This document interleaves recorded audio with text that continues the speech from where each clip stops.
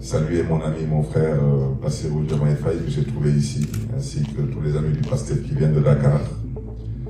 Et xanaa ma xaw a wax tuuti ci wolof comme gars yi maintenant saa yu ñuy wax ci tubaab gars yi nañu wax leen ci li ñu mën a dégg kon nag bañ a guddal comme apparemment dañu nar a libéré salle bi à 17h ginnaaw ba ma leen gërëmee sant leen féliciter suñu ñeenti mbokk yi jot am la possibilité de pouvoir bénéficier de l'investiture de la grande coalition Yewwi Wallu pour représenter la diaspora au niveau de l'hémicycle. Féliciter leen, encourager leen et puis souhaiter leen bonne chance pour cette élection parce que diaspora bi bonne chance bi sax amaat na mën na ñàkk parce que daanaka fulla bu ñuy gis diaspora bi taxawaay bi pas-pas bi ak Pastef bi moom yàlla na yàlla xeeb dolli moo tax ma ne tey dinaa ñëw waxtaan si ak mbokk yi tey ba ma yeewoo ñu woo ma ne ma dañu rejeté liste yi ma ne leen rejeté wu ñu benn liste dañuy fooy seen xel waaw kooku su ngeen ko déggee noonu su ngeen ko jàppee noonu rek ndam mi ngi ci kanam parce que wax ji mooy lan waa ji day lambaat loolu mooy wax su nooyee mu avancé su dëgëree mu taxaw mois de mars am na lu mu namoon ci Sénégal mais dafa gis beneen taxawaay ci askan bi mu daal di dellu ginnaaw élection yi lépp ñi ci loxo askan bi te il faut pas que les Sénégalais se trompent coow li bi yëpp du affaire élection législative coow li bi yëpp yëfu député moom xam na bu baax que coalition Yewwi Wallu xam na exactement lan mooy résultat bi mooy cohabitation loolu xam na ko bu muy indiwaat sax le poste de premier ministre te ba tey bëggul nommer le premier ministre en violation flagrante de la loi parce que il est malheureusement encore dans les calculs mais ces calculs ne passeront pas si ce peuple accepte de se mobiliser et ce peuple a les moyens de se mobiliser parce que la vérité mooy troisième mandat dañ koy tere Sénégal tey wax ci lépp waxu troisième mandat balaa may dee ñu ne ma dañ may vaar parce que man maa fi waxoon que président Macky Sall dafa am droit à un troisième mandat wax jooju musuma ko wax lu ma jotoon wax ci référendum bi ma koy biralaat nee naa référendum su ñu demee dans les grandes démocraties on pose une question vous voulez rester dans l'Union européenne oui ou non vous voulez de l'euro oui ou non wante référendum bu mel ni menu restaurant 16 points à l'ordre du jour loolu Macky Sall ko mën a organiser te nu mu naxee askan wi daf ci rax yëfu góor jigéen te tey c'est la plus grosse escroquerie parce qu'il refuse de faire voter la loi que tous les Sénégalais attendent de lui sur l'homosexualité à l'Assemblée nationale. Donc la vérité mooy lan mooy le président Macky Sall tey su taxawee tey di yëkkati ay kàddu di wax que son travail de président est loin d'être terminé di taxaw di ne qu'il ne va pas se prononcer sur le troisième mandat il n'est ni oui ni non son ancien ministre de la justice tailleur constitutionnel lu mu fi jotoon wax dina ay nul je répète encore nul tey ñuy wax ak moom muy wax yeneen dama ne am na fu askan bi tollu pesum kanam borom a koy fajal boppam loolu mooy wax ci balaa may dee nag ñu taxaw di woote Sénégal jàmm di woote lu ñu gëmul ñoom seen bopp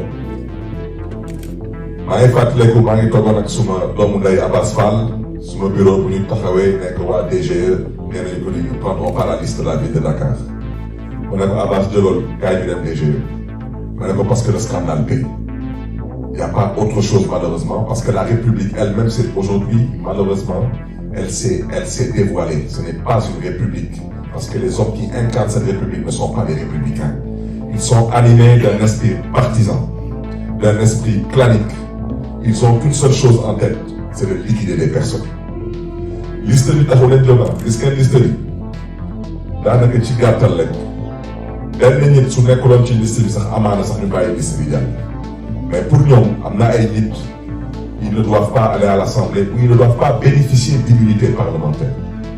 Ils sont dans des calculs d'épicier. C'est la raison pour laquelle mercredi, Inch'Allah, man dina ma fekk Dakar fas yéene ànd ak la grande coalition. Wante le message que je voulais lancer à la diaspora, vous n'êtes pas la 15e région du Sénégal, pas parce que c'est un slogan qu'on chante, c'est parce que c'est une réalité. Vous êtes la 15e région du Sénégal parce que tey suñu taxawee tey Sénégal ñu ne Sénégal am na stabilité ginnaaw yàlla laa wax ak ñaani seen loxo yi ci stabilité bi xam ngeen fi may wax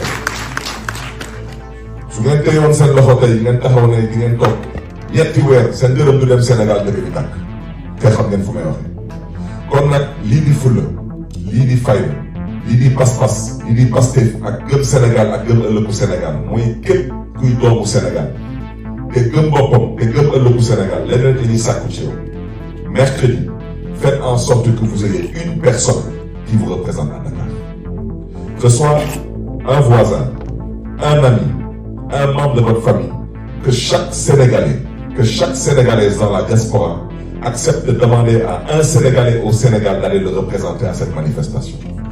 Mais en plus, on vous invite, vous de la diaspora, que vous soyez en Amérique, que vous soyez au Canada, que vous soyez en Asie, que vous soyez en Europe, il faut envahir les consulats. Parce que Wadi, il veut donner l'impression qu'il est un démocrate. En pensant que tubaab yi ay xaritam lañu ne tubaab amul mbokk tubaab intérêt la tubaab yi bés bu ñu xamee ne que Wadi mi ngi waaj a taal dëkk bi daal di fa taalaale lu ñuy xalaat comme étant leur pétrole et leur gaz ñoom seen bopp ñooy toog wax ko boppam. C'est la raison pour laquelle on vous invite à envahir les consulats. Parce que là, il est en train de se tromper de combat. Il pense que le Nino mercredi, on manifeste Moutir. Mercredi sera le commencement d'une lutte contre le 3e mandat au Sénégal. Bon là, il faut qu'ils comprennent que le combat bidjaral,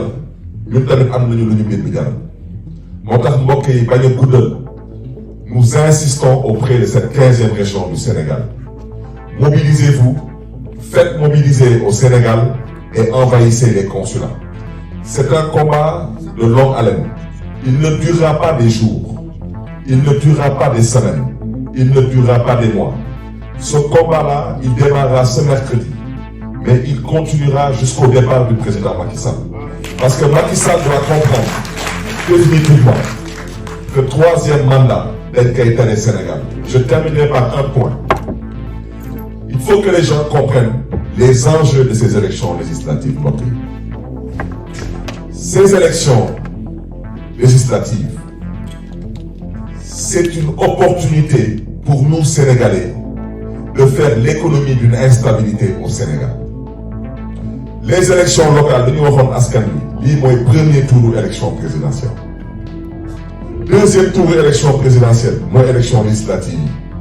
Parce que 3e mandat, vous n'êtes pas est-ce que maintenant, la question c'est de savoir est-ce que ça va passer. Et la réponse est entre les mains des Sénégalais. Wali, c'est il n'a pas de parti. Il n'a pas de coalition. Il pense qu'il a une armée, une police, une gendarmerie. Il n'a rien du tout. La police sénégalaise n'est pas avec lui. La gendarmerie n'est pas avec lui. Et l'armée n'est pas avec lui. Moi, je préfère ne pas parler des gradés parce que ça ne m'intéresse pas. Parce que ce ne sont pas les gradés de la police, de la gendarmerie et de l'armée qui sont dans la rue. Et au mois de mars, les gradés de la police, de la gendarmerie et de l'armée, ils savent très bien au mois de mars s'ils avaient des troupes qui étaient prêtes à faire n'importe quoi ou pas. La police sénégalaise ne fera pas n'importe quoi parce que ce sont des Sénégalais qui souffrent comme vous et moi. La gendarmerie sénégalaise ne fera pas n'importe quoi parce que ce sont des Sénégalais qui souffrent comme vous et moi. Et surtout pas l'armée. Donc le président Macky Sall, nous laisse là, nous disons nous lisons parce que nous sommes déterminés à faire partir le président Macky Sall.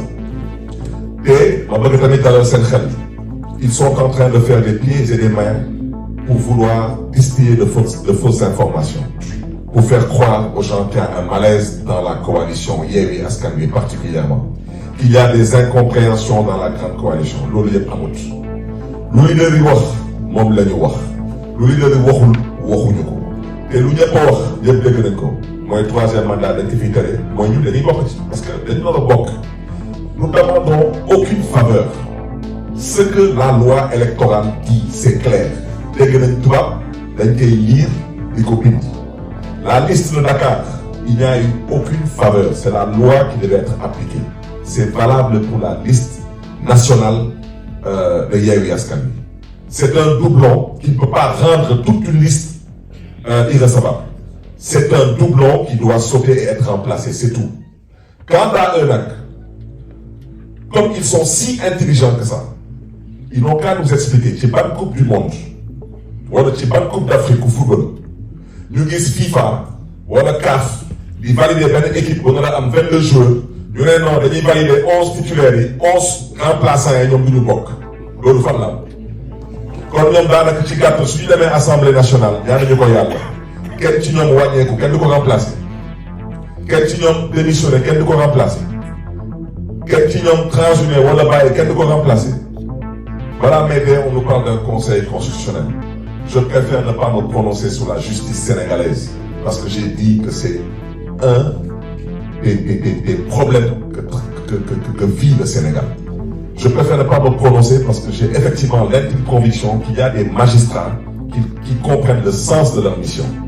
Mais malheureusement, il y a des magistrats qui pensent qu'ils doivent s'aplatir comme des vers de terre devant l'exécutif en pensant que dëkk bi su tàkkee ñoom dañuy rëcc fa dañuy naxi seen bopp nag. Parce que le problème du Sénégal à partir de maintenant ne se limitera pas qu'à Macky Sall.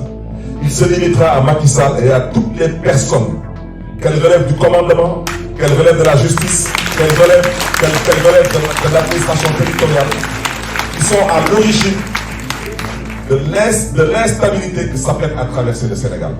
Parce que le troisième mandat, si le Sénégal doit se donner en spectacle pour que le troisième mandat ne passe pas, je peux vous garantir qu'on se donnera en spectacle.